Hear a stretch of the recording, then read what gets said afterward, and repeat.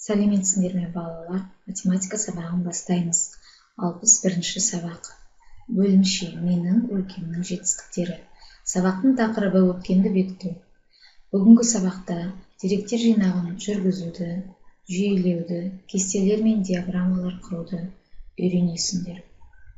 Ең алдымен бірінші есепке назар аударамыз. Сыныптастарыңа сауалнама жүргізіп, кімнің қандай жеміс-жидектерді жақсы көретінін анықта. Бір парақ қағаз кестесіз, тиісті жолға өз атын жазылған стикерді жабыстыр. Балалар, мінекей, алдарында кесте берілген. Ол кестеге тиісті жеміс-жидектерді жақсы көретін балалардың тізімін жазу керек.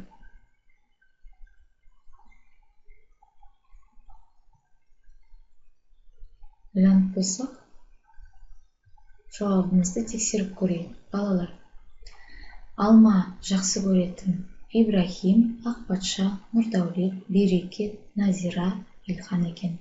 Апельсин жақсы көретін Инара, Бекзат, Сайран, Аида екен. Банан жақсы көретін Нұрғиса, Асылхан, Алан, Бейбарыс, Санжар, Мирас. Өрік жақсы көретін Айлана, Нұрай, Ясмин, Даниял.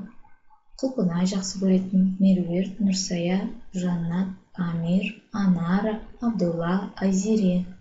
Алмұрт жақсы көретін Ұлдана, Айдан.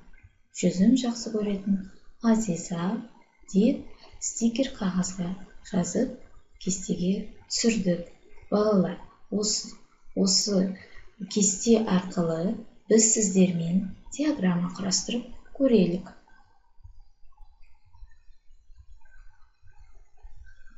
Өздерің көріп отырғандай, алма жақсы көретін 6 бала, апельсин жақсы көретін 4 бала, өрік жақсы көретін 4 бала, құлпынай жақсы көретін 7 бала, алмұрт жақсы көретін 2 бала және жүзім жақсы көретін 2 бала шықты. Сонымен қатар балалар, бұл диаграммада балалардың қандай жеміс-жидектер жақсы көретінін анықтап көрдік.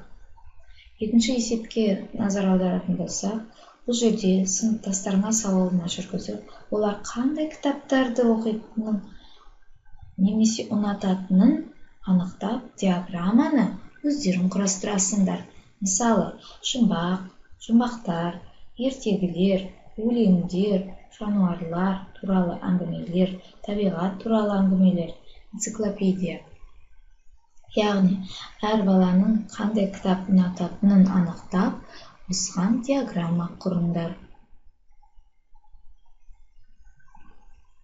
Келесі тапсырмаға назар аударамыз.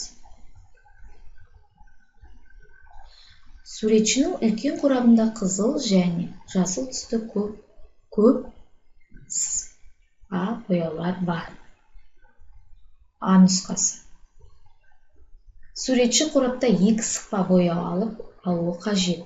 Бұл бояулардың түсі қандай болуы мүмкін? Дөңгелектерді пайдаланып, неше нұсқа шықты? Балалар дөңгелектерді пайдаланып, осы берген нұсқалардың болжап, дөңгелектерді пайдаланып көрейік. Қанеки, балалар, біз дөңгелектерді алдық, олардың қандай түсін алдық? Қызыл және жасыл түсін алып, 2 сықпа бояуды қолданып, біз сендермен балалар 2 қызыл бірінші нұсқа, екінші нұсқасын қараймыз. 1 қызыл, 1 жасыл, үшінші нұсқасы 2 жасыл. Дөңгелектер пайдаланып, 3 нұсқа қолдандық. Бұл тапсырманы орындадыңдар. Ә нұсқасына назар аударамыз. Суретші қорапта 3 сықпа бояу алуы қажет. Бұл бояулардың түсі қандай болуы мүмкін? Дөңгелектерді пайдаланып, неше нұсқа шықты? Балалар, дөңгелектерді пайдаланып, неше нұсқа шығаруға болады? Қанеки бірге жасап көрейікші. Бірінші нұсқада 3 қызыл түсті сықпа бояуы, екінші нұсқада 3 жасыл түсті сықпа бояуы, Үшінші нұсқада 2 қызыл, 1 жасыл сықпа бояуы. Төртінші нұсқада 1 қызыл, 2 жасыл сықпа бояуы дайындауға болады екен. Балалар, сонда бізде 4 нұсқа шықты. Балалар, жарайсыңдар. Келесі тапсырмаға назар аударамыз. 7-ші есеп. Есепті 2 амалмен орындайтындай, оны сұрақтармен толықтырамыз. Есеп.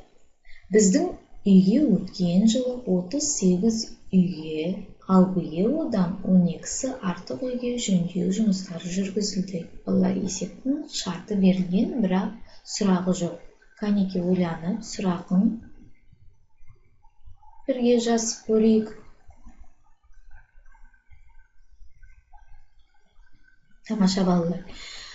2 жылда барлығы неше үйге жөндеу жұмыстары жүргізілді деген сұрақты жазамыз. Есептің қысқаша шарты. Өткен жылы 38 үй, биыл 12-сіне артық, барлығы неше үйге жөндеу жұмыстары жүргізілді. Шешуі. Яғни, өткен жылы 38, биылғы жылы 12, яғни 38 бен 12-нің қосындысы 50-ге тең, биылғы жылы шыққан үйдің жөндеу жұмыстары.